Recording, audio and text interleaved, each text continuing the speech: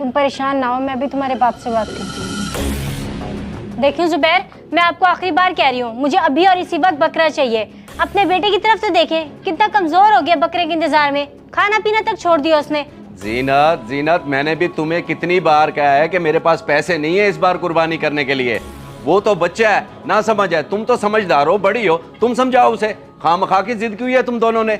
जिद नहीं है ये, तुम्हारी इज्जत बचाने के लिए करी हूँ। सारे रिश्तेदार और मोहल्लेदार कुर्बानी कर रहे हैं, लोग क्या कहेंगे? हम इतने गरीब हैं कि हमारे पास कुर्बानी के पैसे नहीं है। ओ कुछ तो खुदा का खौफ करो।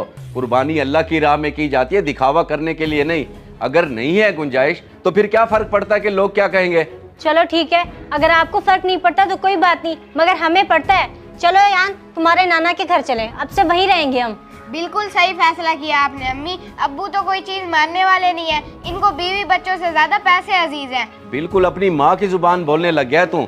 बेटा किसी दिन तुझे तो सीधा करूंगा मैं। खबरदार जो मेरे बेटे को हाथ लगाया। चलो बेटा यान, कपड़े उठाओ, चले हम इस घर से। किसी को कहीं जाने की जरूरत नहीं, आराम से बैठो यहाँ, कुछ करता हूँ मैं। सही कहती थी मेरी माँ, छोटी उम्र की लड़की से शादी ना कर, जिद करेगी बच्चों की तरह।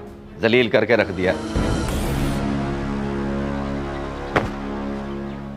अरे वाह अम्मी, मान गया आपको। ये जो आप नाना अब्बू के घर जाने वाली धमकी लगाती हैं ना अब्बू को, फौरन हर बात मान जाते हैं आपकी। तेरे बाप को कंट्रोल करने के लिए हजार तरीके हैं मेरे पास।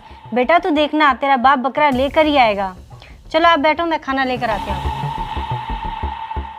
अकरम भाई, मुझे आपसे ना एक ज़रूरी काम है।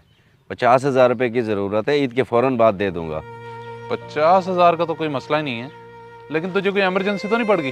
नहीं, इमरजेंसी तो कोई नहीं है। वो असल में इस बार मेरी कुर्बानी करने की गुंजाइश नहीं है, और बीवी बेटे ने मुझे वक्त डाला हुआ है। कहते हैं कि अगर कुर्बानी का जानवर ना लेके दिया तो मेरे ससुर के घर चले जाएंगे। जुबैर भाई, ये तो वाकई परेशानी की और गलत बात है। बच्चे को छोड़ो, भाभी को तो समझना चाहिए। इस तरह तो ना करे आपके साथ। अगर वो इतनी समझदार होती तो मेरी ज़िंदगी में सुकून ना होता। जिद करने में वो किसी बच्चे से कम नहीं है। मैं तो सिर्फ अपने घर को बचाने के लिए उसकी हर बात बर्दाश्त करता हूँ। खैर आप पैसे दे दें।